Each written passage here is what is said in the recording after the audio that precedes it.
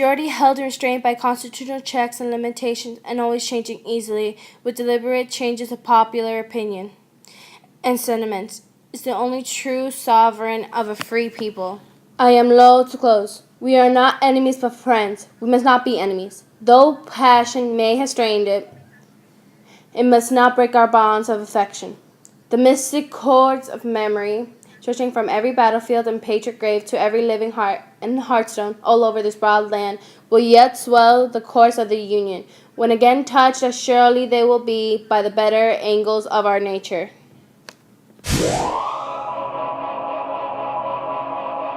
Rather, he felt it was his sacred duty as President of the United States to preserve the Union at all costs. His first inaugural address was appeal to the rebellious states, 7 of which had already seceded to rejoin the nation. He diligently exercised his authority through strategic planning, weapons testing, and the promotion and demotion of officers. We fight for freedom. We deserve to be free and have rights. You guys, the only thing you're good for is working our land. No blacks allowed. Boom! No blacks here! Go back to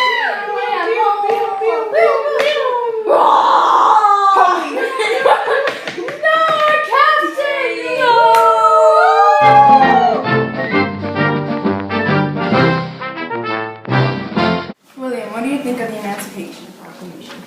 I like this. I think this could really work. But you should wait until the Civil War is over and the Union wins. That way everyone listens to it.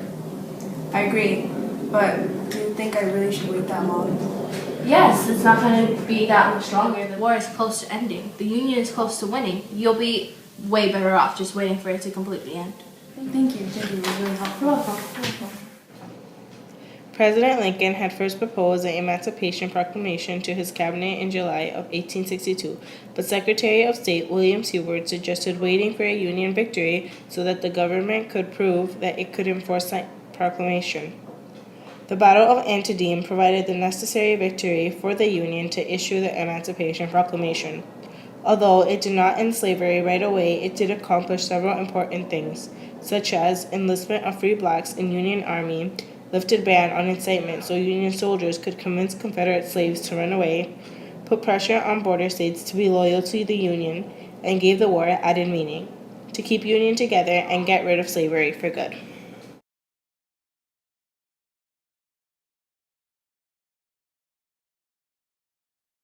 Be enacted by the Senate and House of Representatives of the United States of America and Congress assembled, that there is hereby established in the War Department, to continue during the present War of Rebellion, and for 1 year thereafter, a Bureau of Refugees, Freedmen, and Abandoned Lands, to which shall be committed, as hereinafter provided, the supervision of management of all abandoned lands, and the control of all subjects related to refugees and freedmen from rebel states, or from any district or county within the territory embraced in the operations of the Army, under such rules and regulations as may be prescribed by the head of the Bureau and approved by the President.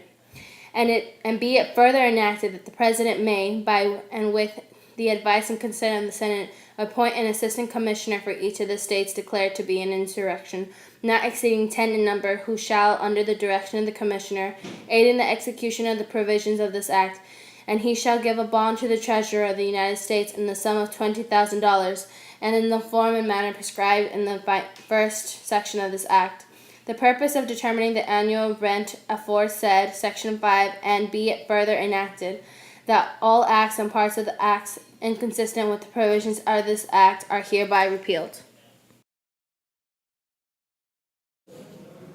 Abraham Lincoln was an exceptional president, had a huge influence in the United States government as well as its people.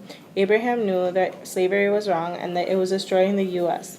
He was aware of the need to get rid of slavery as well as keep the Union together. By passing laws like the Emancipation Proclamation and helping create the Freedmen's Bureau, he had to do something to save it. He stopped slavery from spreading to keep the United States intact. During his second inaugural address, Lincoln spoke about the future of the nation now that all of the states were united. His famous quote, "With malice towards none," provides the Confederate States with peace of mind that they knew they would be accepted into the Union without any resentment. Lincoln wanted the Union to be together as one and try to live happily. He wanted people to come together and repair the United States after everything had happened because of the Civil War. Although he could not accomplish his original plan because of his untimely death, he was able to influence others to do what's right for the people.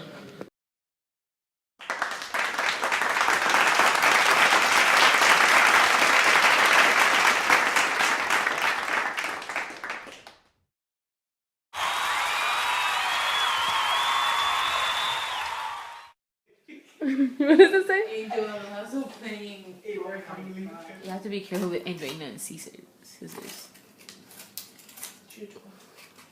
Cut my cat's tail. No, do it. What was on her? I don't know. What the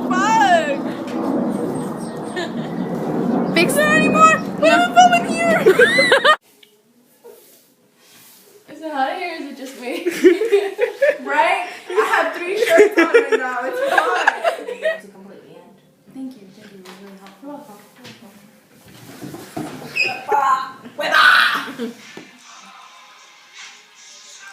Okay, we're good.